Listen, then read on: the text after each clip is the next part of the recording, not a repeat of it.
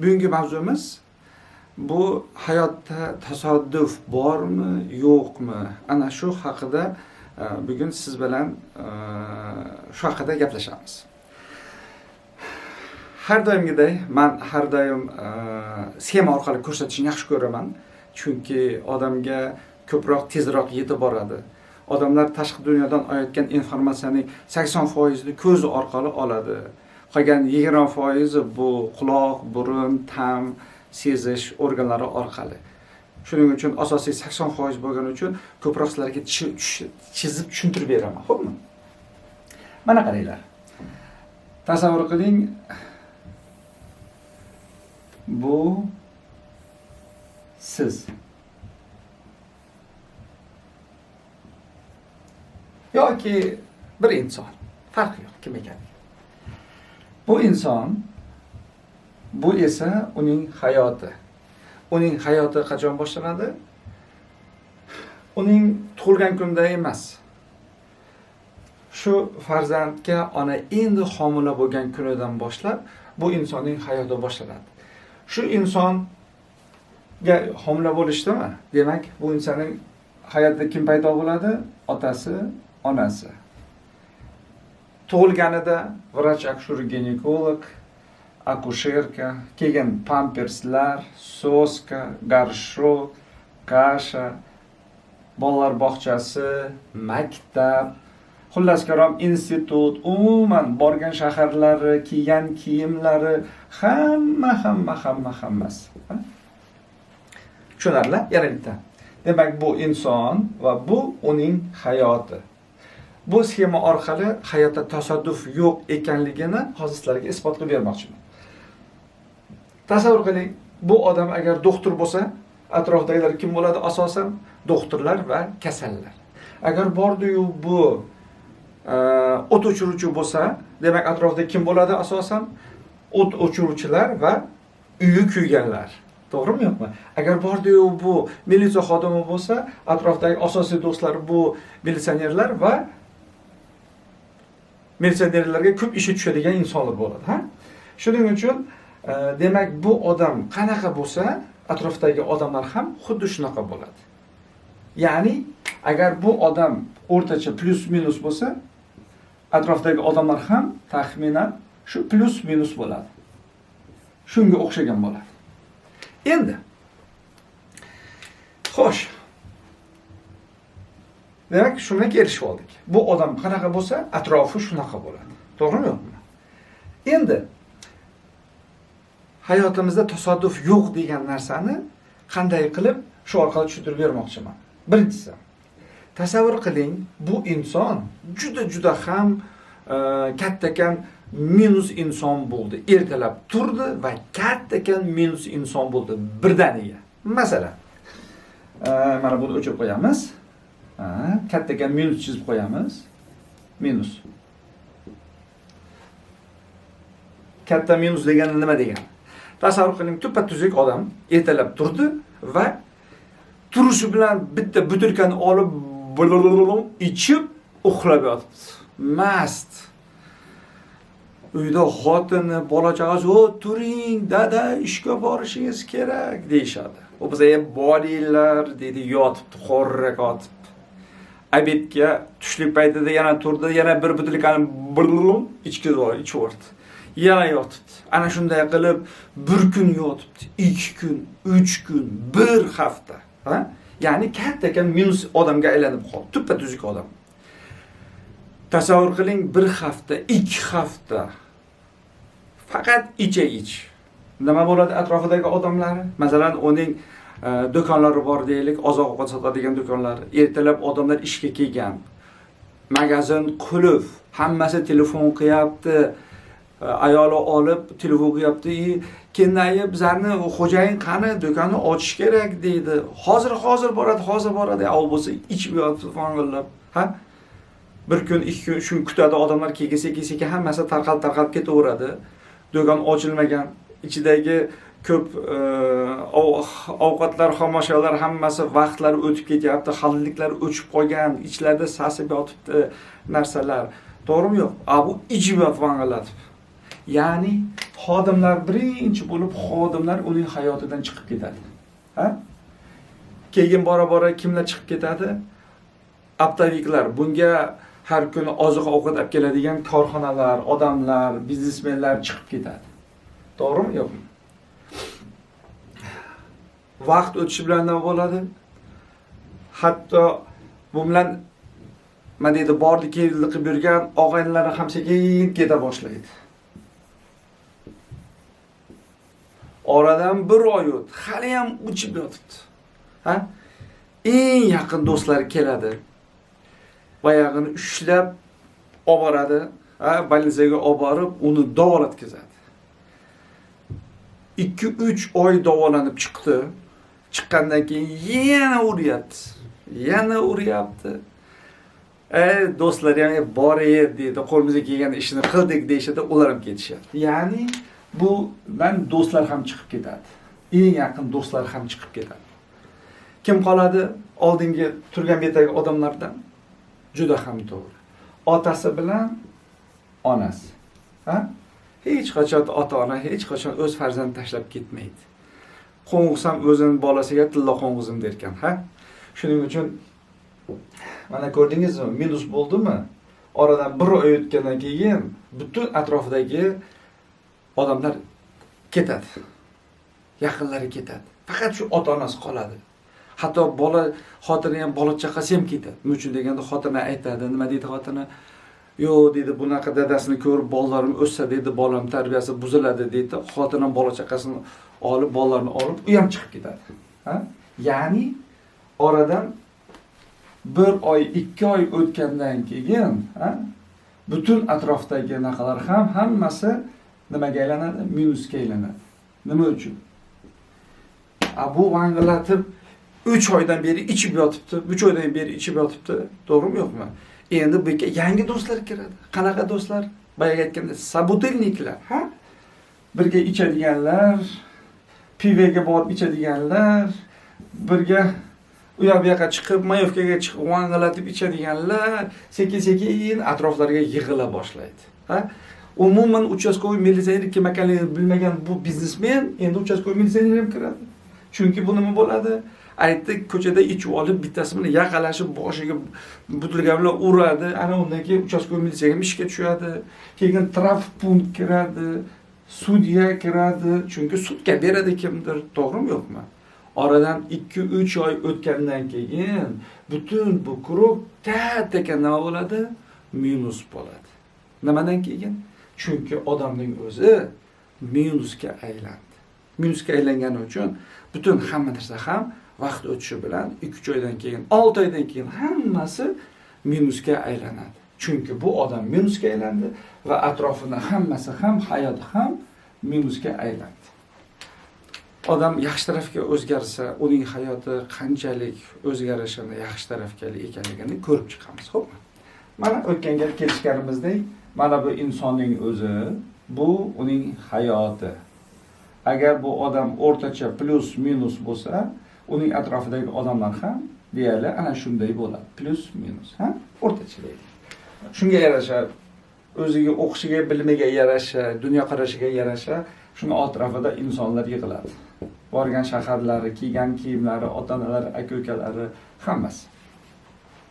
Endi tasavvur qiling, bu inson ertalab turdi, birdaniga yaxshi tarafga o'zgarib qoldi deylik. Juda ham yaxshi tarafga. Bu degani nima degan? Masalan,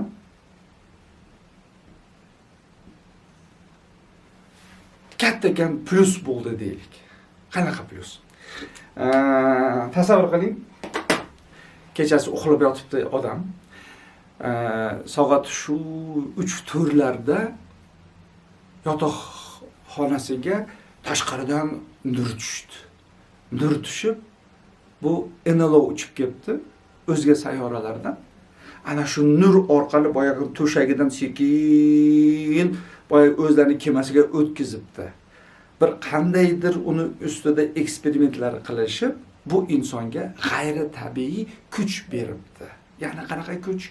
Masalan, har qanday odamni shunday qaraganida butun ichki a'zolarini ko'radigan, hamma dardini birdaniga ko'rib oladigan, bilib oladigan va 3 soniyada, 3 sekundda shu odamlarni shunday qo'li bilan 3 marta qilsa, tuzalib ketishadigan shunday imkon beribdi, g'ayritabiiy. Va qaytadan nur orqali to'shakka yotqizib qo'yibdi.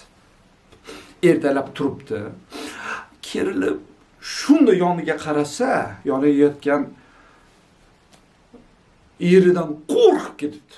Chunki erini boyagi ichki yurak urib turgan yuragini ko'ribdi, suyaklarini ko'ribdi, ishlab turgan o'pkasini ko'ribdi, hamma ichki a'zolarini ko'ribdi. Qo'rqib ketibdi. Lekin axir uni tayyorlab qo'yishgan-ku, ha? Boyagi erida oshqozon osti yarasi bor ekan. Shunda eriga qaraganda qo'li bilan mana shuni 1, 2, 3 qilgan. Ko'zini oldi qarab tursa-chi, boyagi yara sekin bitib ketibdi. Demak, so'rog'i tushunibdi. Bunda g'ayriti tabiiy bir kuch uyg'onganligini. Bolalar yotgan uyga yugurib kirishdi, chunki ikkita bolasi ham burni oqib shong'illab yurgan ekan. Shunday kelibdi bolalarga shunday 3 marta qilgan ekan. Ikkala bolasi ham murlar shunday ochilib ketib, bemalol uxlashibdi. Bo'lish mumkin emas deb yugurib podyezdga chiqibdi. Qo'shnisi bor ekan, baba Nyura.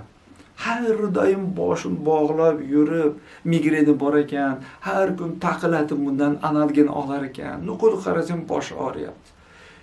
Taqilatibdi eshikni.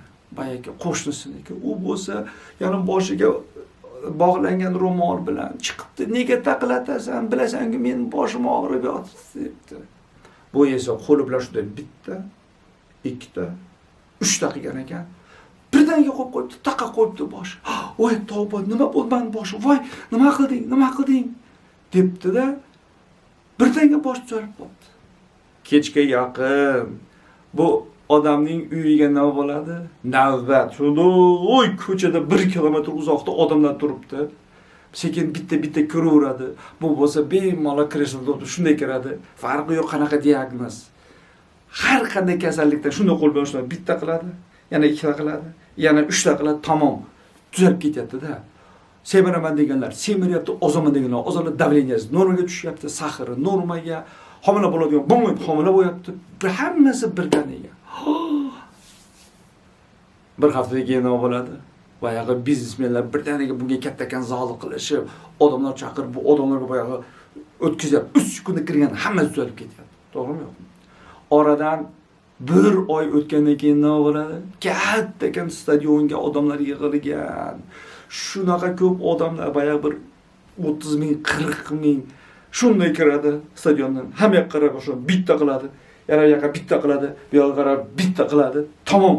Shu kirganning hammasi davlendan qutulgan, sag'irdan qutulgan, ozaman deganlar ozgan, semirma semirganlar, bo'yini o'stirma deganlar bo'yi o'sgan, homila bo'ladi deganlar bo'lmaydi homila bo'lganlar, o'g'il xolasi o'g'il, qiz xolasi qiz, birdaniga to'lg'anoq tutib skoriyalar olib chiqib ketyapti. Tasavvur qilinglar, 40 mingta odam shunday kiradi. 3 sekunddan keyin 40 mingta davob shunday chiqib ketyapti. Bu yoqda yana 40 mingtasi odam kiryapti. To'polon odamlar, nima o'zgardi? Demak, bu odam katta plus bo'ldimi? Birdaniga buni butun yer yuzidan odamlar kela boshlaydi. To'g'rimi yo'qmi? Butun hamma qo'shni davlatlardan odamlar kela boshlab, chunki bu har qanday kasalni davolab yuboryapti. Buning nimasi nima bo'lib ketadi? Katta bo'lib ketadi, Atrofda odamlar bir pasda hammasi plusga aylana boshlaydi. To'g'rimi yo'qmi? Hamma dunyodan odamlar kela boshlaydi. Men degan, radiolarda gapirgan bu haqida, televizorlarda ko'rsatgan, to'g'rimi yo'qmi? Ya'ni bu chizganimning isbot qilishimni xohlagan narsam bu, agar odam o'zgarsa, uning atrofidagi hammasi o'zgaradi. Agar bu minus bo'lsa, minusga o'zgaradi, plus bo'lsa, plusga o'zgaradi. Mana hozir bu plusga o'zgardimi? Ma'lum bir 6 oydan keyin bu odam haqida hamma yerda bilishgan, hamma odamlarga yordam bergan. Birdaniga bu bunaqasi nima deydi, hayotidagi hamma narsa kengayib ketadi. Chunki odamning o'zi yaxshi tarafga o'zgardi. Xo'pmi? Endi 3-variantni ko'ramiz.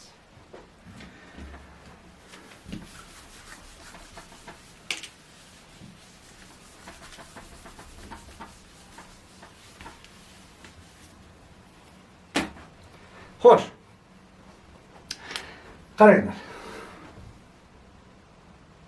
Mana odam o'rtacha, plus minus. Mana uning hayoti. Hayoti ham o'rtacha plus minus odamlar yig'ilgan atrofiga, ha?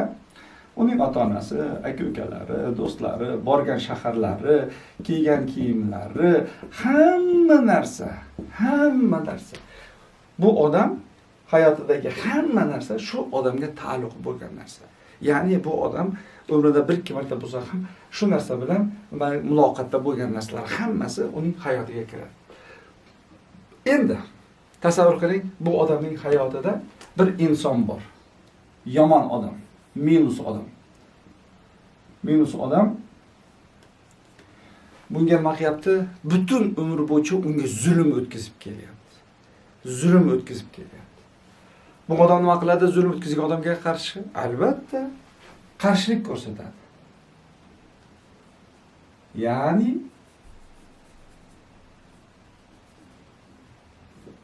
bu odam zulm o'tkazyapti, bu unga qarshi o'zini himoya qilyapti, ya'ni qarshilik ko'rsatyapti. To'g'rimi yo'qmi? Endi qarang-da. Esingizda bormi? 1-chi, 2-chi, 3-chi etaj deganlarimiz. 1-chi etajning odamlari bilishmaydi. Chunki nimani bilishmaydi? O'zining hayotidagi hamma narsa o'ziga 100% bog'liq ekanligini.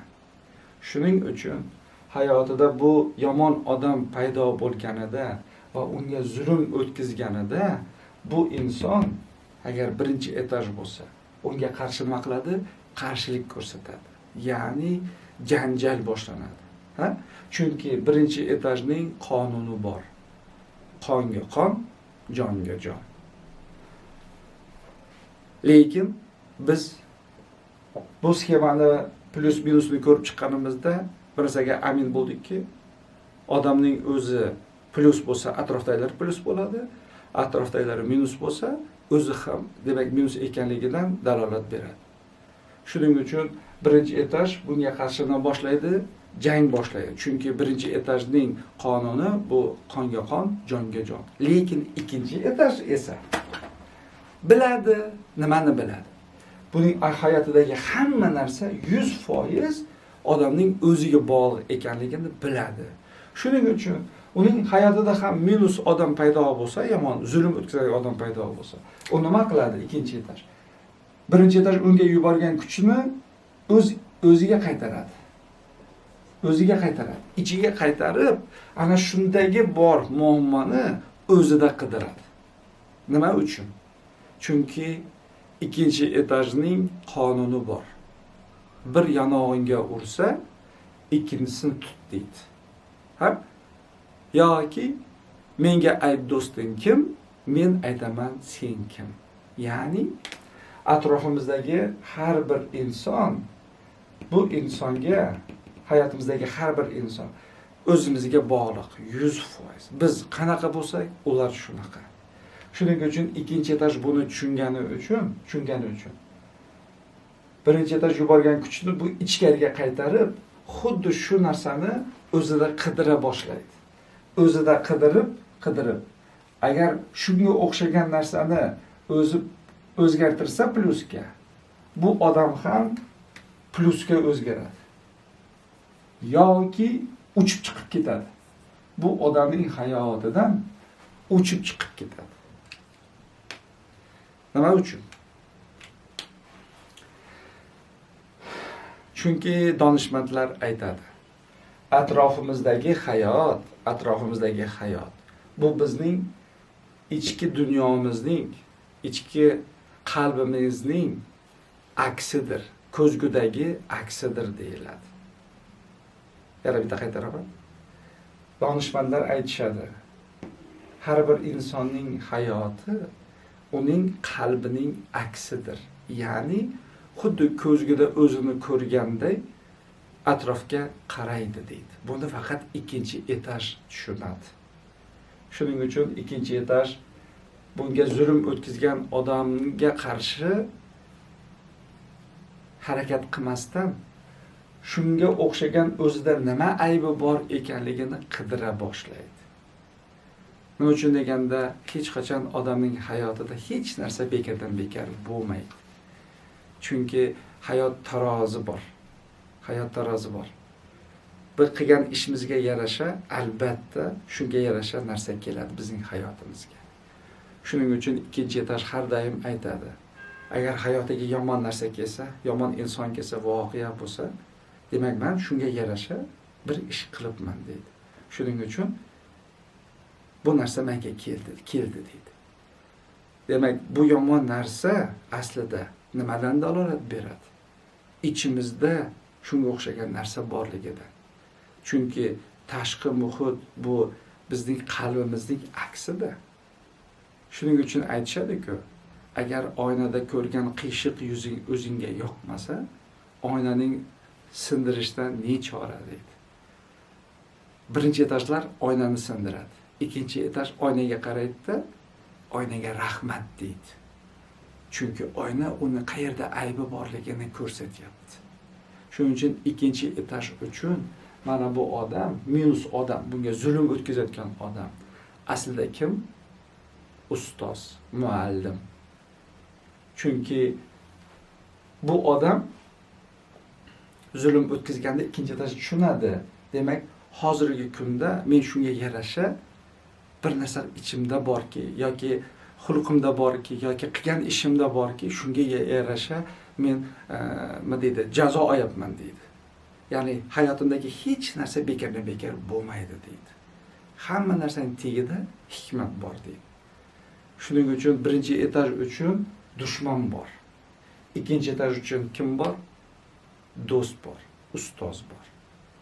Shuning uchun ikkinchi etaj bir yonog'ingga ursa, ikkinchisi tut deydi. Nima uchun unaqa deyishadi? Chunki yonog'iga qachon uradi? Aybi bo'lsa. Ikkinchi etaj buni tushunadimi? Shuning uchun ikkinchi yonog'ini tutadi. Agar yana aybim bo'lsa, aytib yuboring deganday. Agar birinchi etaj yonog'iga ursa, u qonga qon, jonga jon deganda boyaga musht uradi. Ikkinchi etajga ursa, birinchisi ikkinchisini tutadi. Chunki birinchi etaj bilan ikkinchi etajning nima farqi bor? Dunyo qarashida katta farqi bor.